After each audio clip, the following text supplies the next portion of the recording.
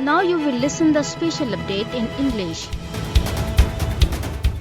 In Indian illegally occupied Jammu and Kashmir, the Indian authorities have intensified restrictions while huge deployment of Indian forces personnel has been made on roads, highways and streets across the Kashmir Valley and parts of Jammu region.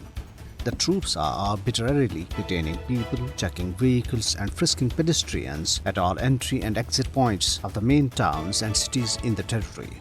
Even children and women are not spared from rigorous frisking. A senior police officer confirmed that more barricades, checkpoints and bunkers have been put in place in the territory. The troops continued military operations in Surankot, Mendhar and Thanamandi areas of Poonch and Rajouri districts on 8th consecutive day today. The All Party Media Conference spokesman in a statement issued in Srinagar today strongly condemned the restrictions and harassment of pedestrians and commuters in the name of search operations.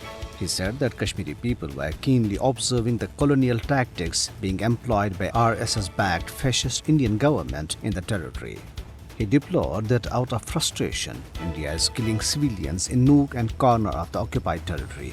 The spokesman denounced the dismissal of Muslim employees, including grandson of deceased iconic leader Sayyid Ali Gilani and a teacher from Doda, from their services. Jammu and Kashmir Tehreek-e-Wahdat-e-Islami in a statement said that the Modi government had turned Jammu and Kashmir into a killing field where youth are killed in fake encounters every day.